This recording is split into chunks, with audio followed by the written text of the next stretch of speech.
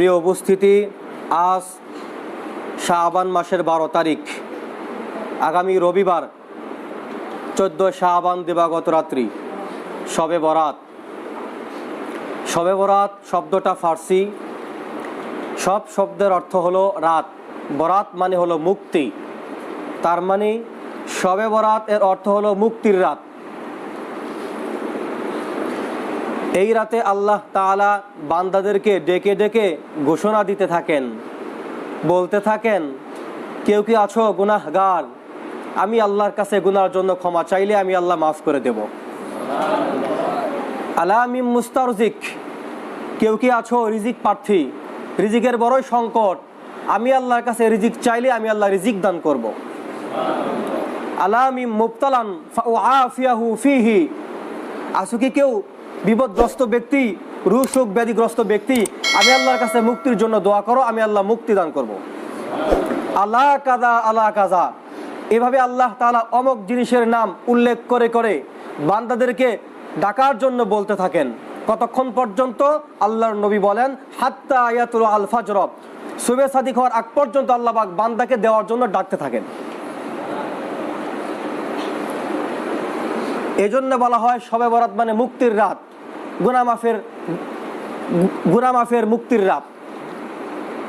বান্দার এই রাতে যত যার যা চাওয়া আছে সব চাওয়া আল্লাহর কাছ থেকে আমাদের নিতে হবে। আল্লাহ নিজে দেওয়ার জন্য ডাকতে থাকেন। সূর্য ডুবার পর থেকে আল্লাহ তাআলা প্রথম আসমানে নেমে আসেন।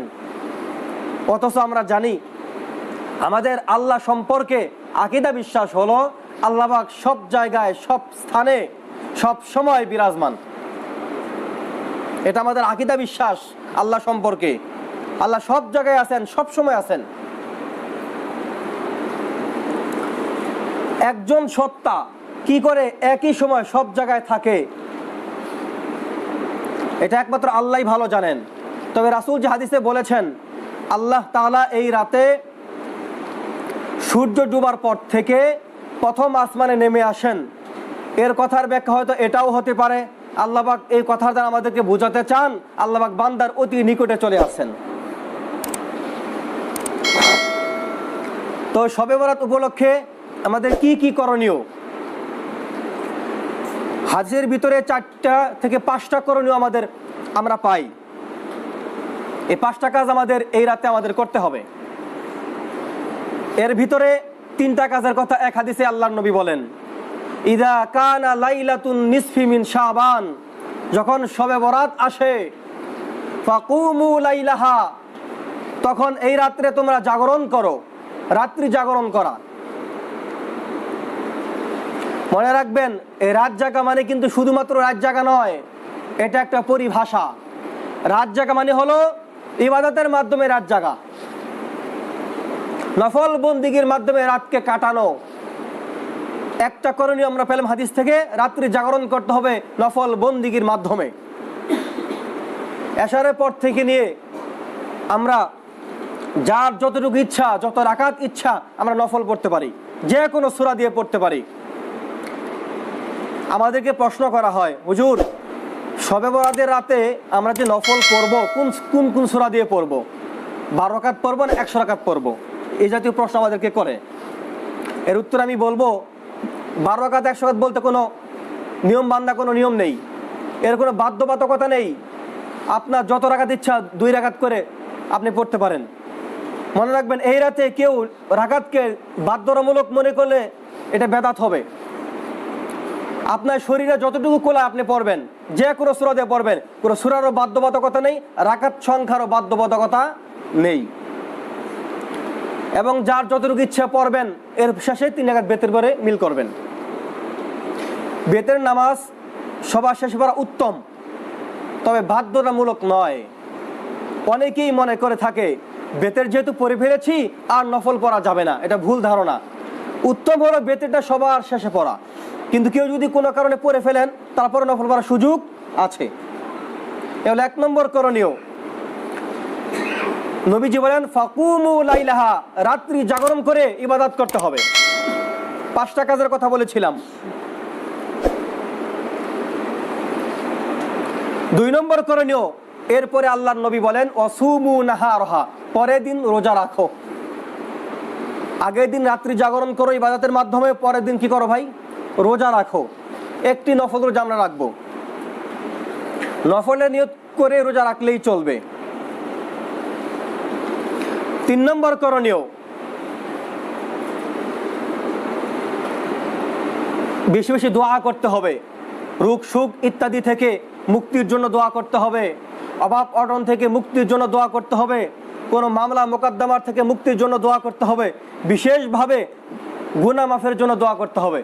গুনাহ মাফের জন্য আল্লাহর কাছে মাপ চাওয়া, আল্লাহর কাছে দোয়া করা, এটা সবচেয়ে বড় চাওয়া।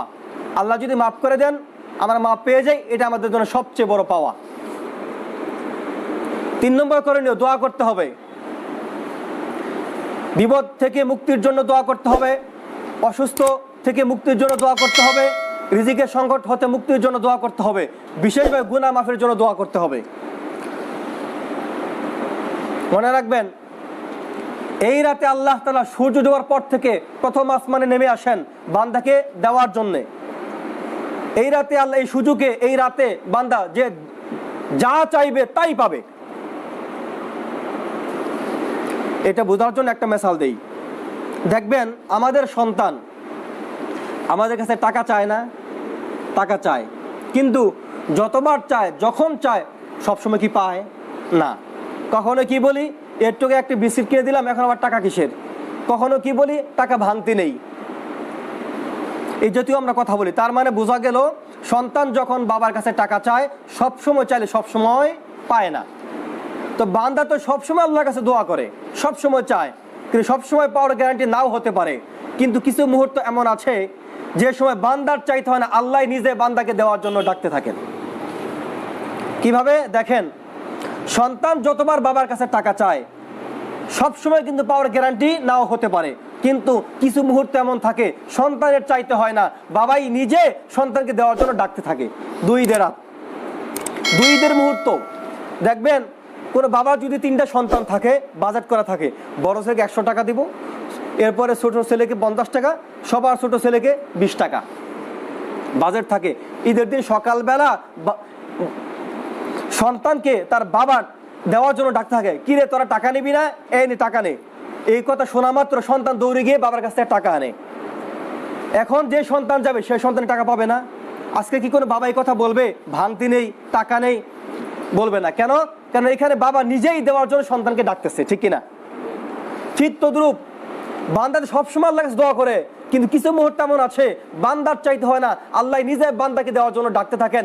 এই মুহূর্তে, এই সুযোগে বান্দা যখন আল্লাহর কাছে যা চাইবে তাই পাবে। সুবহানাল্লাহ। সেই মুহূর্ত হলো কখন? শবে বরাতের রাত্রি। সূর্য ডোবার পর থেকে নিয়ে আল্লাহ তাআলা প্রথম আসমানে নেমে আসেন বান্দাকে দেওয়ার জন্য। তাহলে 3 নম্বর করণীয় হলো দোয়া করতে হবে, আল্লাহর কাছে চাইতে হবে।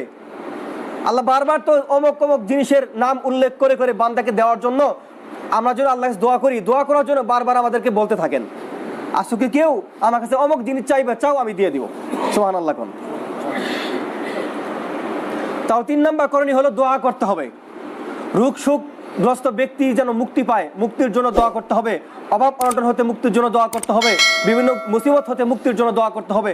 বিশেষভাবে নিজের গুনার জন্য আল্লাহর কাছে মাপ চাইতে হবে। 4 নম্বর করণীয়, আমাদের আপনজন যারা দুনিয়া থেকে চলে গেছে, এদের জন্য দোয়া করতে হবে। শুধু আপনজনই নয়, বরং সমস্ত মুসলিম নর নারী যারা চলে গেছে, এদের জন্য দোয়া করতে হবে। বিশেষ করে যারা আল্লাহর রাস্তায় শহীদ হয়ে গেছে, শহীদদের জন্য দোয়া করতে হবে। এ হলো 4 নম্বর করণীয়। 5 নম্বর করণীয়, হাদিস শরীফে হযরত আয়েশা রাদিয়াল্লাহু আনহা বলেন, একদিন আল্লাহর নবী আমার পাওনা রাতে আমার ঘরে আসলেন, এরপরে জামা খুললেন, এর কিছুক্ষণ পরে জামা আবার পরিধান করে ঘর থেকে বের হয়ে গেলেন। তখন আমার আত্মমর্যাদা বোধে আঘাত লাগলো, আজকে তো আমার পাওনা রাত, আজকে কি আমার অন্য কোনো সতীনে ঘরে গেলেন কিনা। মা আয়েশা তালাশ করা আরম্ভ করলেন, গিয়ে দেখলেন কোনো সতীনে ঘরে আল্লাহর নবী যান নাই। খুঁজতে খুঁজতে দেখলেন নবীজি জান্নাতুল বাকিতে, অর্থাৎ মদিনার কবরস্থানে গিয়ে আসমান থেকে হাত তুলে আল্লাহর কাছে দোয়া করতেছেন। সুবহানাল্লাহ। সমস্ত মুসলিম নরনারীর জন্য, শহীদদের জন্য দোয়া করতেছেন। আর এই ঘটনা ছিল শবে বরাতের রাতের ঘটনা। তখন এই হাদিসটিতে, এই অন্য একটা রেওয়ায়েতে আছে, হাদিসটার ঘটনা আরেকটু লম্বা করে আরেকটা রেওয়ায়েতে বর্ণনা করা হয়েছে এভাবে যে আয়েশা যখন নবীদের কাছে যাচ্ছিলেন তখন নবীজি দূর থেকে কথাটা বললেন, হে আয়েশা, তুমি আমাকে খোঁজার জন্য বের হয়ে গেছো, তুমি কি মনে করো আল্লাহ এবং তার রাসূল তোমার উপর অবিচার করবেন? অর্থাৎ আমি রাসূল হয়ে তোমাকে তোমার এই পাওনা রাতে, আজকের এই পাওনা রাতে তোমাকে তোমার হক নষ্ট করে অন্য বিবির ঘরে যাব? তো আয়েশার মনে যা ছিল সাফ সাফ বলে ফেলছেন, কোনো লুকোচুরি নাই, মুনাফিকি নাই, স্পষ্টভাবে আমার তো তাই মনে হয়েছিল। তো যাই হোক, এরপর আয়েশাকে লক্ষ্য করে নবীজি বললেন, যখন শবে বরাত আসে তখন আল্লাহ তাআলা প্রথম আসমান অবতরণ হন, তখন বান্দাকে ব্যাপক হারে ক্ষমা করতে থাকেন। সুবহানাল্লাহ। তখনকার যুগে কত বেশি সংখ্যক ব্যক্তিকে আল্লাহ পাক ক্ষমা করেন। তখনকার যুগে বনু কাল নামক এক গোত্র ছিল, সেই গোত্রের লোকেরা খুব বেশি হারে ছাগল লালন পালন করত, বকরি লালন পালন করত। আল্লাহ নবী বললেন, বনু কালবের গোত্রের লোকেরা, এদের যে পরিমাণ ছাগল আছে, ওই ছাগলের যে পরিমাণ পশম আছে, এর চাইতে বেশি সংখ্যক বান্দাকে আল্লাহ এই রাতে ক্ষমা করে দেন। কোন রাত? শবে বরাত। তাহলে 5 নম্বর আমাদের করণীয় হলো আমরা এই রাতে কবর জিয়ারত করতে পারবো। আল্লাহ নবী জান্নাতুল বাকিতে গিয়ে, মদিনার কবরস্থানে গিয়ে জিয়ারত করেছেন। তবে মনে রাখতে হবে, নবী কিন্তু ঢাক দুল পিটিয়ে জামাত বেঁধে দলবদ্ধ হয়ে জিয়ারত করতে যাননি, একা গিয়েছেন। আমাদের একা যেতে হবে।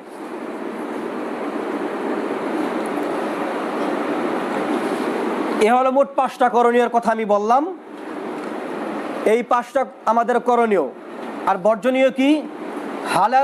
হালুয়া রুটি বিতরণের যে প্রচলন সদগার উদ্দেশ্যে, এটা বর্জন করতে হবে।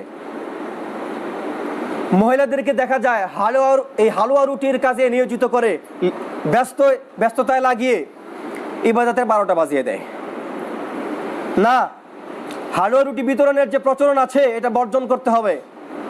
আমাদের দেশে যে যুক্তির উপর ভিত্তি করে এই হালুয়া রুটি খাওয়া হয়, সে যুক্তিটা হলো, আল্লাহ নবীর একজন সাহাবী ছিলেন ওয়াস করনি, নাম শুনছেন তো?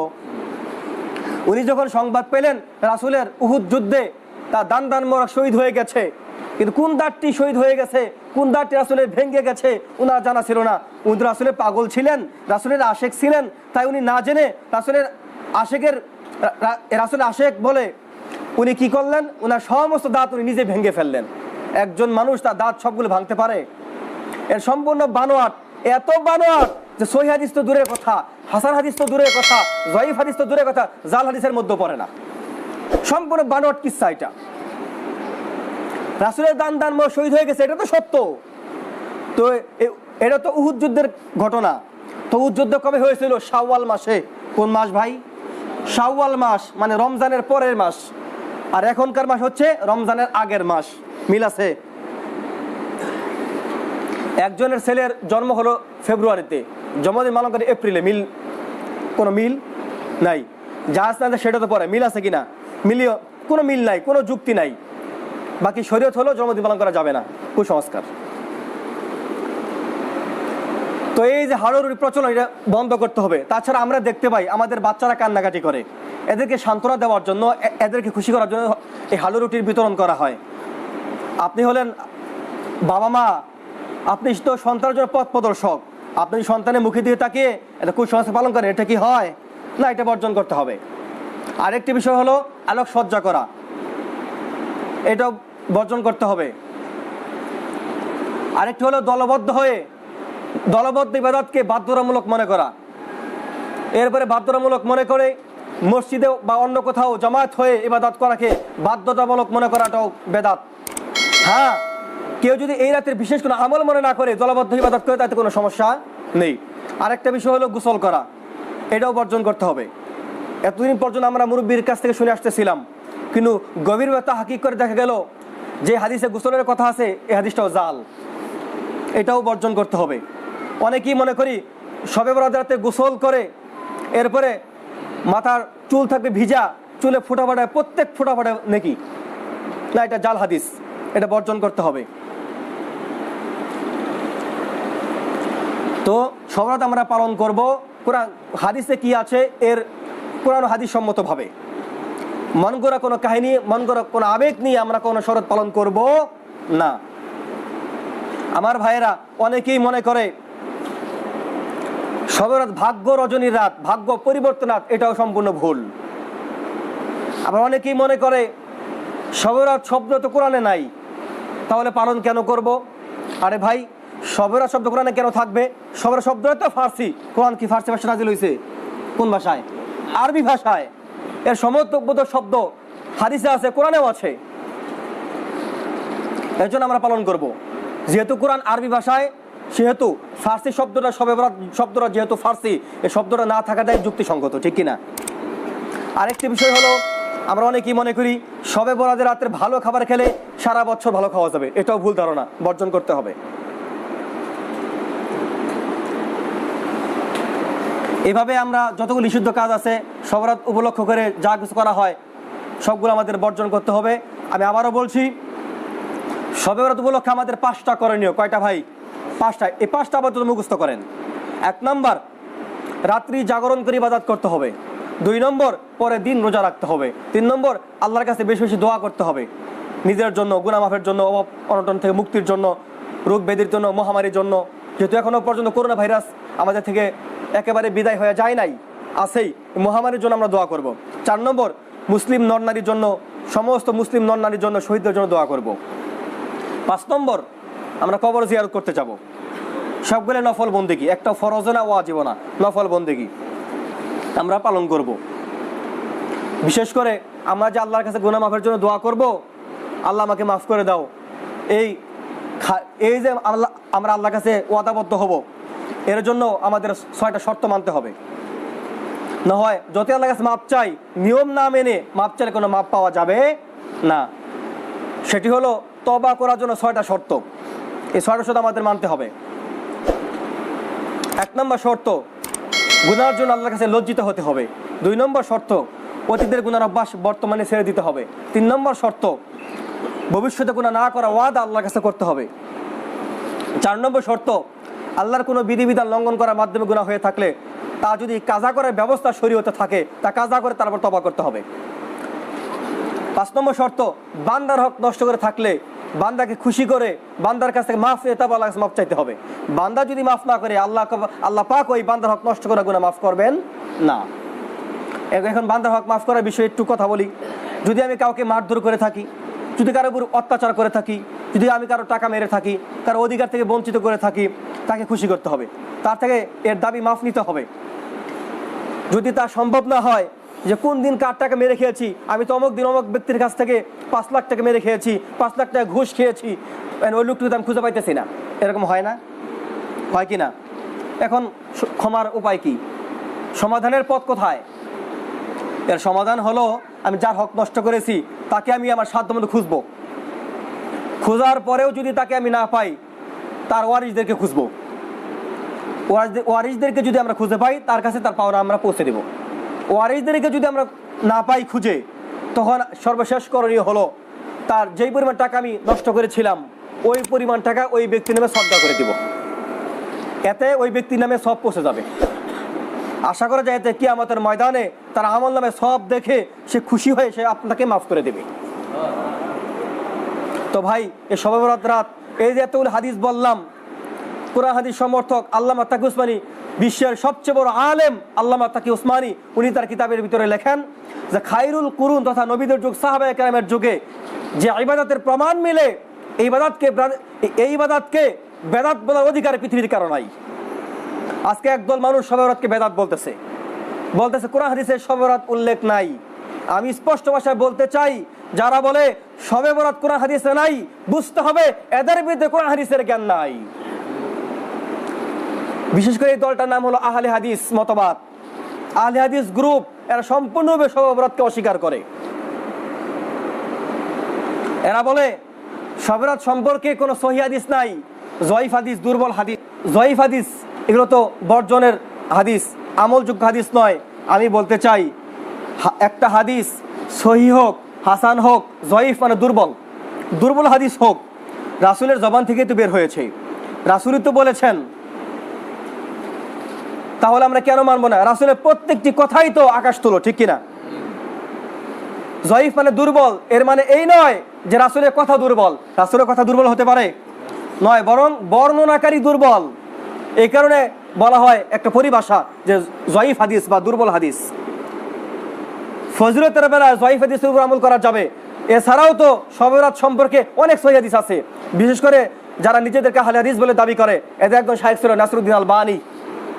উনি তো সিলসিলাতুল আহাদিস এই কিতাবের ভিতরে 3 নম্বর খণ্ডে কমপক্ষে 8টা হাদিস উল্লেখ করেছেন শবে বরাতের হাদিস। উনি বলেছেন এই 8টা হাদিস শবে বরাত সম্পর্কে সবগুলো সহিহ। আমি বলতে চাই, তোমরা যাদেরকে শায়েখ মানো, আমাদেরকে তো আমাদের ফুতো তোমরা মানো না, আমাদের ইমামকেও তোমরা মানো না, তোমরা যাদেরকে ইমাম মানো উনি তো বলছেন সহিহ। এখন কি বলবা?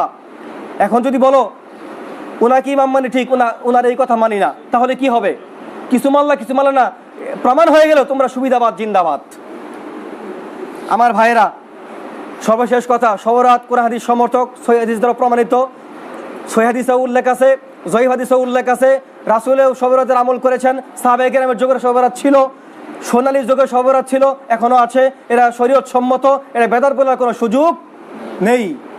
আল্লাহ পাক আমাদের সকলকে এই শবে বরাত উপলক্ষে আমাদেরকে যা যা করণীয় আমল করার তৌফিক দান করেন, আর যা যা বর্জনীয় তা বর্জন করার তৌফিক দান করেন। সুন্নত পড়ে নেন।